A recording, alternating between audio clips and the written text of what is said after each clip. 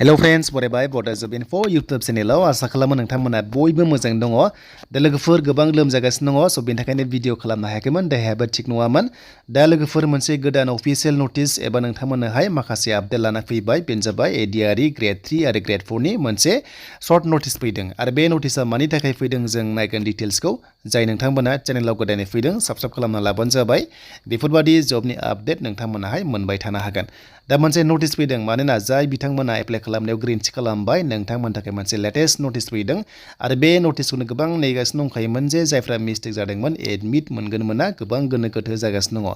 दा बे नटिसखौ जों नायगोन माबादि सिस्टेमाव खालामनांगौ, जों दानिया नायनोसै फैदो, गोबाव खालामा। दा जोङो सेबानि अफिसियेल साइटआव फैग्रोबाय आरो बेयाव फैनाय लोगो लोगो नोंथांमोना Gr.3 आरो Gr.4 जायखिजाया मोनसे क्लिक खालामदो आरो खालामनाय लोगो लोगो नोंथांमोना नटिसखौ थाबैनो बेयाव अफिसियेल साइटआव मोनथारसिगोन। नाथाय दायो सर्ट नटिसआ मोनसे होग्रोबाय जेराव निउस पेपारावहाय कभार खालामग्रोनाय जादों। बेखौनो जों बेयाव रिफारेन्सखौ नायगोन माबादि सिस्टेमाव होदों। दा जोङो अनलाइन बेयाव क्लिक हियराव थुनाय लोगो लोगो नोंथांमोना लगइन खालामनानै गाबोन लिंकआ एक्टिभ जानाय लोगो लोगो नोंथांमोनाहाय बेखौहाय चेन्ज खालामना लानो हानायनि अप्सनखौ मोनगोन। दा बेनो जाबाय कारेक्सन। थ' नोंथांमोना कारेक्सन खालामनांगौ जायफ्रानोखि मिस्टेक जाबाय, नङाबा एडमिट एबा नोंथांमोना फिउचार लेभेलाव प्रब्लेम जागोन नामा, गोबां गोनो गोथो जायो। स' बेखायनो गभर्नमेन्टआ मोनसे चान्सखौ होयो।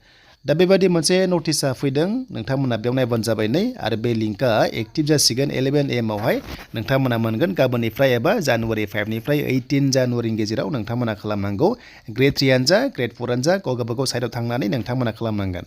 स' बेवहाय ओरैबादि बुंदों बिथांमोना बेयाव लिरनाय बायदिब्ला नोंथांमोना एप्लिकेसन आरो लोगोसे पासपर्टखौ होनानै लगइन खालामदो। बेनिफ्राय नोंथांमोना मोनसे अप्सन मोनगोन एडिट अप्सन मेनुआवहाय एबा नोंथांमोननि प्रफाइलावहाय थांनानै बेयाव क्लिक खालामनांगोन नोंथांमोना, बेनिफ्राय एडिट खालामनो हागोन। स' बेखायनो लगइन खालामोबा नोंथांमोना आइडिजों लगइन खालामथारनांगोन। स' बेनिफ्राय OTP पेजेसआव थांगोन, जायनाखि फन नाम्बार रेजिस्टार दङ बेयाव OTP थांगोन आरो बे OTPखौ होनानै नोंथांमोना भेरिफाइ खालामनांगोन। स' बेनि सायाव गाबोन सिस्टेमाव थाङोबा गासिबो डिटेल्सआ फैगोन, आं बेनि सायाव डिटेल्सखौ लाबोबाय थागोन नोंथांमोननो गाबोन। स' बेनिफ्राय बेयाव लिरनाय बायदिब्ला नोंथांमोना एडिट खालामनोबा केन्डिडेट्स नाम, बेनिफ्राय एमप्लयमेन्ट एक्सचेन्जखौहाय खालामनो हागोन होनना बुंनाय जादों। नाथाय गाहायाव नायोबा माखासे सिस्टेमावहाय जेरै हमना ला नोंथांमोननि पार्सेन्ट मिस्टेक जानाय बा नोंथांमोननि एड्रेस मिस्टेक जानाय बा गुबुन गुबुन जानाय, स' बेफोरखौ हानाय नङाबादि बेयाव लिरनायखौ नुनो मोन्दों। नाथाय गाबोन सिस्टेमाव थाङोबासो जों मिथिगोन, मानोना मिस्टेकआ नेमजों एमप्लयमेन्ट एक्सचेन्जल' जाया, जे गोबां जायो जेरैहाय एड्रेस, नोंथांमोननि बार्थडे एन्ड बेनिफ्राय नोंथांमोननि माखासे क्वालिफिकेसन। स' बेनि सायावबो मिस्टेक जायो। दा बेनि सायाव गाबोन सिस्टेमाव थांनानै लगइन खालामबासो जों गासैबो डिटेल्सखौ मोनगोन। दा बेयाव आं नोंथांमोननोहाय माखासे इनफरमेसन लाबोग्रोबाय जाहाथे बयबो रेडि जायो जायफ्रानोखि मिस्टेक जाबाय आरो लगइन खालामना नोंथांमोना नायबानो जाबाय।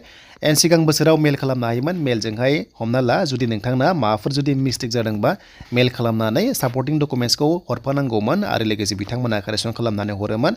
देग्लाय सिस्टेमा चेन्ज जादों, दा बेबादिनो सिस्टेमा चेन्ज जाबाय थायो। स' बेखायनो गाबोन लिंकआ एक्टिभ जानाय लोगो लोगो जों गासिबो डिटेल्सखौ क्लियारलि मोनगोन। एन्ड बेनिफ्राय जायखिजाया एडिट खालामनो हानायनि अप्सना गाबोननिफ्राय नोंथांमोना मोननो हागोन। स' बेनिफ्राय बोरै खालामनांगौ जों लगइन खालामनायगोन, नोंथांमोना आइडि गोमादोंबा बोरै खालामनांगौ जों बेखौबो नायनोसै। दा जोङो अफिसियेल साइटआव फैनानै जायखिजाया लिंकआव नोंथांमोना Gr.3 आनो जा Gr.4 आनो जा क्लिक खालामबानो जाबाय। एन्ड बेनिफ्राय नोंथांमोना अप्सन मोनगोन, बेनो जाबाय लगइन। स' बे लगइनाव नोंथांमोना क्लिक खालामदो। बेनिफ्राय दानिया एप्लिकेसन नाम्बारखौ पासपर्टखौ होनानै नोंथांमोना लगइन खालामनांगोन, होमबानो नोंनि प्रफाइला श' जागोन। स' दानिया आइडि गोमादोंब्ला नोंथांमोना फरगटआव क्लिक खालामबानो नोंनि रेजिस्टार थानाय फन नाम्बारखौ होनानै नोंथांमोना बार्थडेखौ होनानै साबमिट खालामबानो नोंनावहाय मेसेज थांगोन आरो बे मेसेजाव आइडि थांगोन आरो लोगोसे पासपर्ट थांगोन। बेखौ लानानै नोंथांमोना फिन खनसेबाव लगइन खालामनानै नोंनि प्रफाइलाव थांदो। बेनिफ्राय एडिट अप्सन मोनगोन आरो बेनिफ्राय नोंथांमोनाहाय एडिट खालामनानै लानो हागोन।